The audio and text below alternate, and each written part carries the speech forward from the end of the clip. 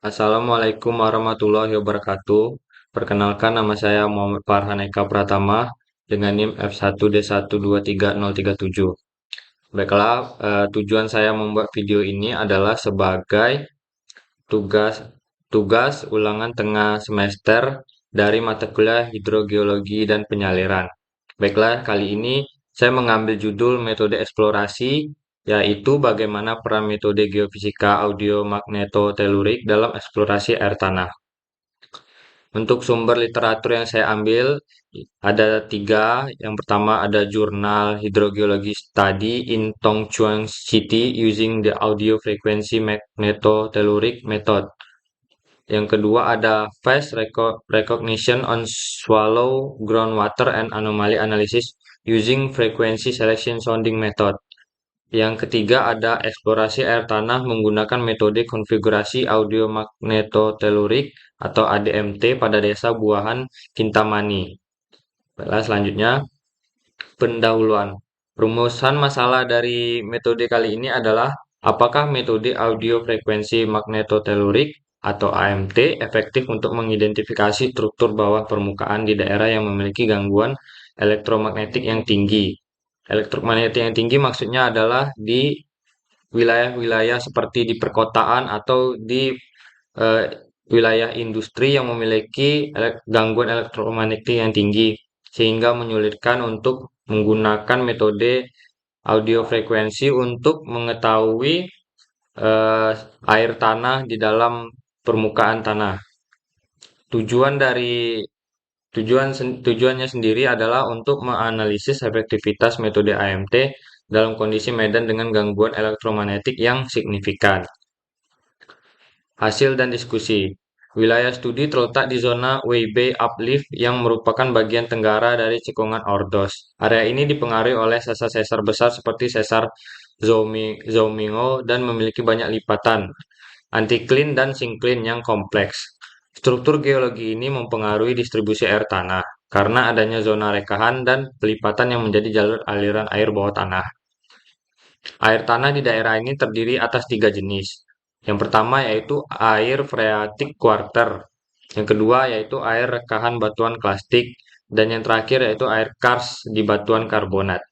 Studi ini memfokuskan pada dua jenis terakhir. Air klastik mengalir di sepanjang rekahan dan lipatan, sementara air karst mengalir di sepanjang rongga dan rekahan batuan karbonat. Baiklah, yang selanjutnya yaitu jenis air tanah yang terdapat di zona ini, yaitu air tanah di daerah ini terdiri atas tiga jenis, air freatic quarter, air rekahan batuan klasik, dan air karst di batuan karbonat. Sehingga hanya memfokuskan pada dua jenis ini dan dapat kita lihat pada peta ini, kita bisa melihat arah dari jalur air air tanah jenis karst dan jenis air rekahan batuan klasik. Selanjutnya penerapan metode AMT atau Audio Magnetic Metallotheric. Yang pertama yaitu prinsip dan keunggulan AMT. Metode AMT memanfaatkan medan elektromagnetik alami, frekuensi audio untuk memperoleh informasi resistivitas bawah permukaan. Tidak memerlukan sumber buatan dan memiliki kedalaman deteksi yang besar hingga lebih dari 1 km. AMT cocok digunakan untuk daerah yang topografinya sulit seperti Tongchuan. Eh, Selanjutnya, data pada lapangan, yaitu pengukuran dilakukan dengan alat Phoenix V5 2000 pada 5 lintasan dengan total 110 titik pengamatan. Frekuensi yang digunakan berkisar antara 0,35 Hz hingga 10,4 kHz. Metode tensor digunakan untuk merekam 4 komponen medan elektromagnetik. Selanjutnya, cara pengelolaan data AMT sendiri. Yang pertama yaitu setelah pengukuran dilakukan di lapangan, langkah awal pengolahan data adalah mengevaluasi kualitas sinyal dan mendeteksi adanya gangguan elektromagnetik atau EMI. Tongchuan adalah kota industri dengan banyak sumber gangguan seperti jaringan listrik, peralatan berat, dan infrastruktur perkotaan. Untuk menekan gangguan tersebut, digunakan metode dictionary learning, yaitu teknik pemrosesan sinyal berbasis machine learning. Selanjutnya, berikut adalah hasil inversi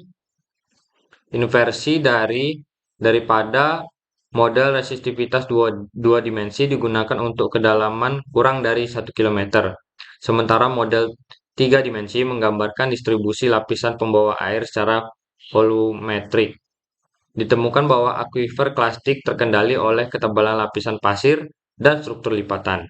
Sedangkan akuifer karst sangat dipengaruhi oleh keberadaan sesar. Interpretasi geofisika dan potensi air. Yang pertama, zona resisitivitas rendah menunjukkan area yang berpotensi kaya air. Identifikasi lokasi akuifer menunjukkan area dengan potensi tertinggi berada di bagian timur tengah dengan selatan daerah studi. Korelasi dengan data geologi permukaan mendukung hasil interpretasi data ini, sehingga dapat dilihat bahwa zona dari air tanah sendiri di datanya adalah di bagian timur dan timur tengah. Baiklah, untuk kesimpulannya adalah studi ini menunjukkan bahwa metode AMT sangat efektif digunakan di daerah dengan lapisan loss tebal seperti Tongchuan. Teknik pemrosesan data modern mampu mengatasi gangguan lingkungan dan hasil metode resistivitas berhasil memetakan potensi air tanah secara spasial.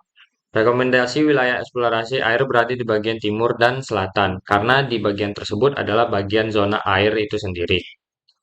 Baiklah, sekian presentasi dari saya. Bila ada salah kata atau salah ucapan mohon dimaafkan. Saya akhiri wabillahi taufik wal hidayah. Wassalamualaikum warahmatullahi wabarakatuh.